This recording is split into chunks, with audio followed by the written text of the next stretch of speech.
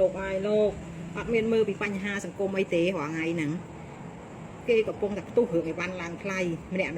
អត់លុយសង្សារឆ្លោឈាមហើយបើយើងចង់សុបាយយើងសុបាយតែក្រុមគ្រួសារយើងទៅ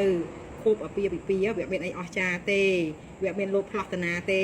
គប់កំណើតកូនក៏ដោយណាខ្ញុំស្អប់បំផុតអាគប់កំណើតហ្នឹងហៅយកលុយហ្នឹងណាគប់កំណើតហៅយកលុយហ្នឹងស្អប់បំផុតណាឡើងផ្ទះអត់ទៅអីម៉ានទេឡើងផ្ទះក៏អត់ទៅចូលចិត្តប្រមាណដែរហើយអាគប់អីអាពាហ៍ពិពាហ៍នេះក៏អត់ចូលចិត្តប្រមាណដែរអាហ្នឹងសិតជាអត់ចាំបាច់បានមិនមែនអត់ចាំបាច់មិនបានទេគប់កំណើតបើយើងធ្វើសុបាយតែក្រុមគ្រួសារយើងទៅគប់អាពាហ៍ពិពាហ៍ក៏ដោយបើយើងធ្វើសុបាយតែគ្រួសារយើងទៅកុំហៅគេយកចំណងដៃវាអត់តំណងទេសម័យនេះគឺពិបាករកលុយខ្លាំងមែនតែនបាទគ្រប់ត្រូលសម្រាប់ការលើកឡើងរបស់បងស្រីនេះជារឿងពិតនៅក្នុងសង្គមរបស់យើងហើយពិសេសសម្រាប់អ្នកដែលមាន fan ច្រើនអ្នកដែលមាន credit ណាហើយនឹងអ្នកដែលមានមុខមានមាត់តំណែងធំមួយចំនួនហ្នឹងគឺចូលចិត្តធ្វើរឿងអញ្ចឹងហ្នឹងហើយអាកូនចៅហ្នឹងសវេសវ៉ាណារកកាដូរកអីចូ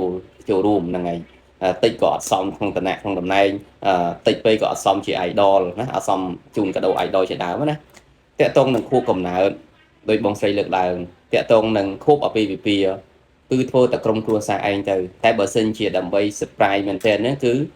ធ្វើឲ្យមិត្តភ័ក្តិមកហូបចុកទៅមិនចាំបាច់ឲ្យគេចងដៃទេគឺធ្ងន់បំផុតអាកន្លែងដែរធ្វើនៅក្នុងគោលម្ដងឲ្យគេមកចងដៃឬក៏បានកាដូពីគេនេះបាទប៉ុន្តែបើសិនជាក្នុងករណីឡើងផ្ទះដោយបងស្រីថាអត់ចូលចិត្តអាហ្នឹងគឺសម្រាប់ឡើងផ្ទះខ្ញុំឯកភាព 100% ថាគឺចាំបាច់ធ្វើទៅដោយសារអី